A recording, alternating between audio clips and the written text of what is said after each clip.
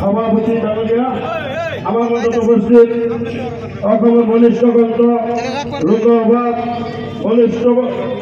বলিষ্ঠভাবে গ্রহণ করা যুব নেতা অসমের গৌরব লোকসভার সম্মানীয় সাংসদ গৌরব গগৈ ডাঙরিয়া, আমার মধ্যে উপস্থিত বৰপেটা বিধানসভা সমষ্টির সম্মানীয় বিধায়ক আব্দুর রহিম আহমেদ ডাঙরিয়া, আমার মধ্যে উপস্থিত অসম প্রদেশ কংগ্রেসের সাধারণ প্রধান ডক্টর জয়প্রকাশ ডাঙরিয়া তথা মঞ্চত উপবিষ্ট সম্মানীয় অতিথিসকল, যেহেতু 2 মিনিট সময় দিছে মই বেছি কথা নকওঁ।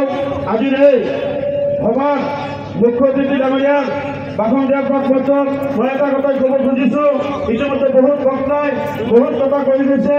অহা 7 তাৰিখত যি নিৰ্বাচন হ'ব, সেই নিৰ্বাচন আমি কিয় কংগ্ৰেছ দলে মনোনীত প্ৰাৰ্থী ৰঘুনাথ ডাঙৰীয়াক দিব লাগিব, সেইবাবে ইতিমধ্যে আলোচনা হৈছে।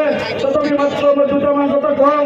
তাৰে এটা হৈছে, আপোনালোকে জানে অসমত যেতিয়াই হিমন্ত বিশ্ব শৰ্মা ডাঙৰীয়া মুখ্যমন্ত্ৰী হৈছে আৰু দিল্লীত যেতিয়াই নৰেন্দ্ৰ মোদী ডাঙৰীয়াই প্ৰধানমন্ত্ৰী তেতিয়াৰ পৰাই আমি দেখিছোঁ বিশেষকৈ আমাৰ সংখ্যালঘু জনসাধাৰণক বিভিন্নভাৱে তুচ্ছ তাচ্ছিল্য কৰিছে।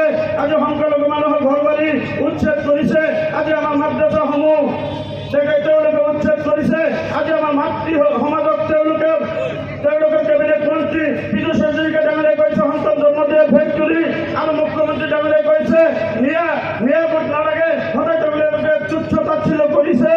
ঠিক সেই সময়ত আমি উপযুক্ত সিদ্ধান্ত গ্ৰহণ কৰিব লাগিব, আৰু আমাৰ গ্ৰহণ নহয় 7 তাৰিখৰ ভোটদান নহয়, আমাৰ বাবে প্ৰতিবাদ হ'ব লাগিব। আমি বিজেপিৰ বিৰুদ্ধে প্ৰতিবাদ স্বৰূপে ভোটদান কৰিম। আমি 7 তাৰিখত হিমন্ত বিশ্ব শৰ্মাৰ বিৰুদ্ধে আমি প্ৰতিবাদ স্বৰূপে ভোটদান কৰিম। সেই আহ্বান মই আজি এই সভাত ৰাখি গৈছোঁ। আৰু আপোনালোকে জানে ইমানখিনি অত্যাচাৰ কৰাৰ পিছত মুখ্যমন্ত্ৰী ডাঙৰীয়াক আজি আমাৰ ধুবুৰী লোকসভাৰ সম্মানীয় সাংসদ বদৰুদ্দিন আজমল ডাঙৰীয়াৰ ভাতৃ সিৰাজুদ্দিন আজমল ডাঙৰীয়াই অসমৰ সৰ্বশ্ৰেষ্ঠ মুখ্যমন্ত্ৰী বুলি আখ্যা দিছে। গতিকে এই কথা আপোনালোকে বিচাৰ কৰিব লাগিব। বদৰুদ্দিন আজমল ডাঙৰীয়াৰ লগত হিমন্ত বিশ্ব শৰ্মাৰ যি অবৈধ প্ৰেম, যি প্ৰেম তেওঁলোকৰ মধুৰ সম্পৰ্ক, সেই সম্পৰ্ক ইতিমধ্যে জনসাধাৰণ বুজি পাইছে। আৰু যিসকলে বুজি পোৱা নাই আপোনালোকে দায়িত্ব সহকাৰে তেওঁলোকক বুজাই দিব লাগিব। আজি আমাৰ সভাত উপস্থিত হৈছে সন্মানীয় সাংসদ যুৱ নেতা গৌৰৱ গগৈ ডাঙৰীয়া। আপোনালোকে জানে যে বদৰুদ্দিন আজমল ডাঙৰীয়াই কিছুদিন আগত আমাৰ সন্মানীয় সাংসদ ডাঙৰীয়াই যেতিয়া আমাৰ পবিত্ৰ ঈদৰ দিনা নামাজ পঢ়িছিলে, তেতিয়া বদৰুদ্দিন আজমল ডাঙৰীয়াই কি কৈছিলে আপোনালোকে নিশ্চয় গম পাইছে। কি কৈছিলে যে গৌৰৱ গগৈ ডাঙৰীয়াই এতিয়া নামাজ পঢ়িছে, গতিকে তেওঁ এতিয়া মুছলমান হৈ গৈছে। গতিকে যোৰহাটৰ লোকসভাৰ মানুহক হিন্দু ভাইসকলে তেখেতে আহ্বান জনাইছিল যে গৌৰৱ গগৈ ডাঙৰীয়াই ভোট দিব নালাগে।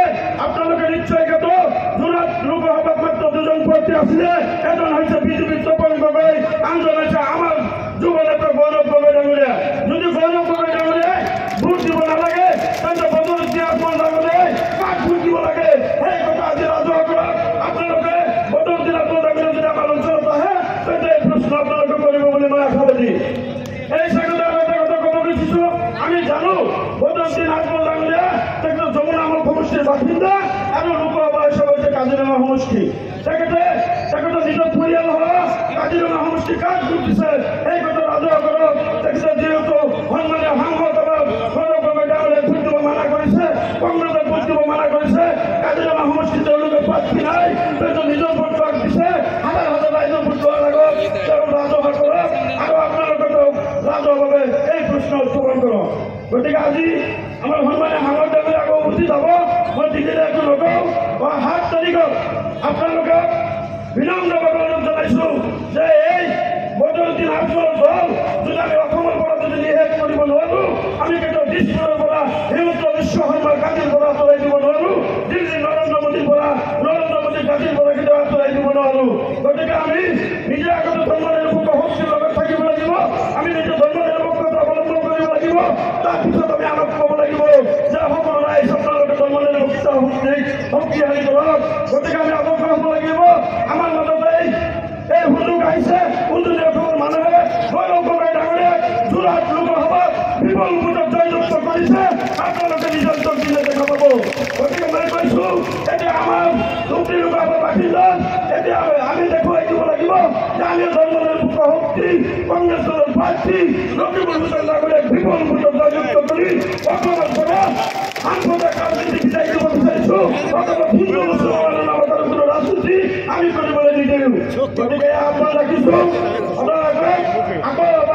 ডকুমেন্ট ডাঙৰীয়া আপোনালোকে বিপুল ভোটে জয়যুক্ত কৰিব বুলি আপোনাৰ ডকুমেন্ট ডাঙৰীয়াৰ হৈ আপোনালোকৰ ওচৰত দোৱা আশীৰ্বাদ বিচাৰি মঞ্চ বক্তব্য শেষ কৰিছো। ধন্যবাদ।